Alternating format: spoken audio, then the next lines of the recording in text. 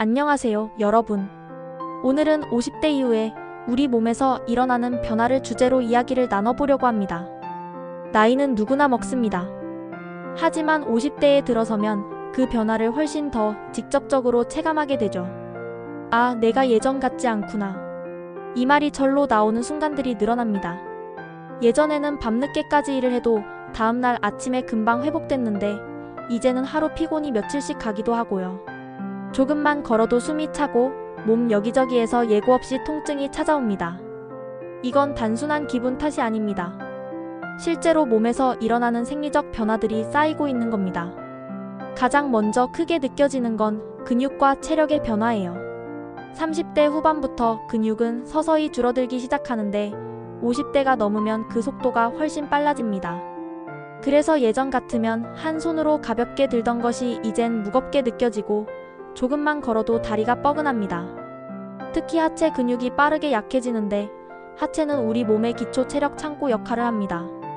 하체가 무너지면 계단 오르기가 힘들어지고 걷는 속도도 느려집니다. 그래서 근육을 지키려면 반드시 근력 운동이 필요합니다.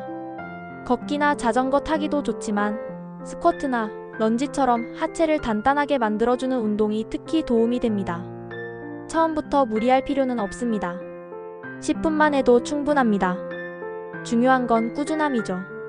꾸준히 하다 보면 어느 순간 예전보다 훨씬 덜 지치는 자신을 발견하게 될 겁니다.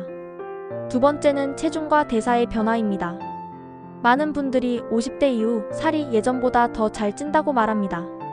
똑같이 먹는데도 어느 순간 뱃살이 불룩 나오고 체중이 쉽게 늘어납니다. 이유는 간단합니다.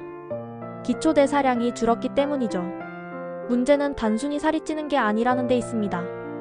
복부에 지방이 쌓이면 고혈압, 당뇨병, 심혈관 질환의 위험이 높아집니다.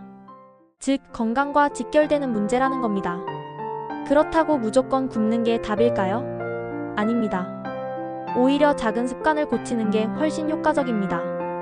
예를 들어, 저녁 늦게 먹는 습관을 줄이거나 단 음료 대신 물을 마시는 것, 밥을 먹을 때 흰 쌀밥 대신 잡곡밥을 선택하는 것. 이렇게 작은 변화들이 쌓이면 건강뿐 아니라 체중 관리에도 큰 도움이 됩니다. 세 번째는 호르몬의 변화입니다. 여성은 갱년기를 맞으면서 에스트로겐이 급격히 줄고 남성은 안드로포즈라 불리는 테스토스테론 감소를 겪습니다. 여성은 이 시기에 안면, 홍조, 불면증, 우울감 같은 증상을 경험하고 뼈가 약해져 골다공증 위험도 커집니다. 남성은 피로감이 늘고 근육이 줄어들며 성욕 저하나 무기력감을 느끼기도 합니다.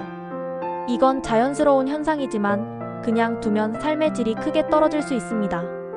따라서 정기적으로 검진을 받고 필요하다면 상담이나 치료를 받는 것이 현명합니다. 호르몬 변화는 피할 수 없지만 관리하면 훨씬 완만하게 지나갈 수 있습니다. 네 번째는 뼈와 관절의 변화입니다. 나이가 들면 뼈의 밀도가 낮아져 골다공증 위험이 커지고 관절 연골이 닳아 무릎이나 허리 통증을 자주 경험하게 됩니다. 특히 여성의 경우 폐경 이후 골다공증 위험이 크게 증가합니다. 이럴 땐 무엇보다 예방이 중요합니다.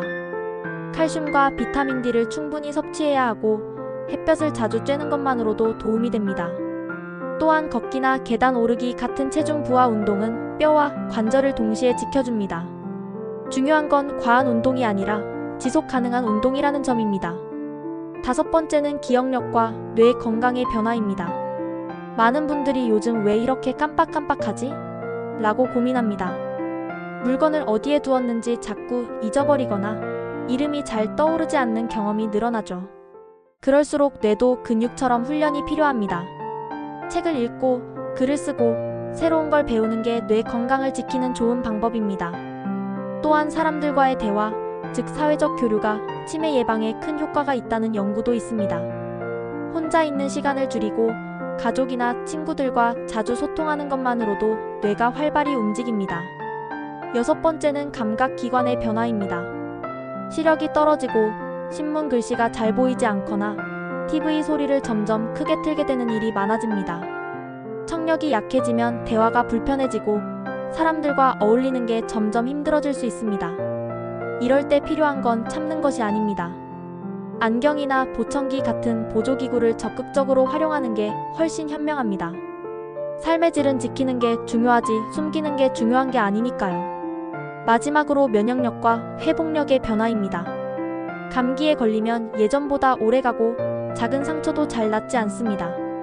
우리 몸의 회복력이 떨어지고 있다는 신호죠. 이때 가장 중요한 건 생활 습관입니다. 규칙적인 수면, 균형 잡힌 식사, 그리고 꾸준한 운동. 이 세 가지가 면역력의 기초를 만들어줍니다. 특히 수면은 면역력과 직결됩니다. 밤늦게까지 TV나 스마트폰을 보는 습관을 조금씩 줄여보세요. 그 작은 변화가 면역력을 지켜줍니다.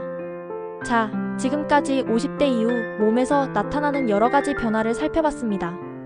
근육은 줄고, 살은 쉽게 찌고, 호르몬은 변하고, 뼈와 관절은 약해지고, 기억력과 감각은 둔해지고, 면역력까지 떨어집니다.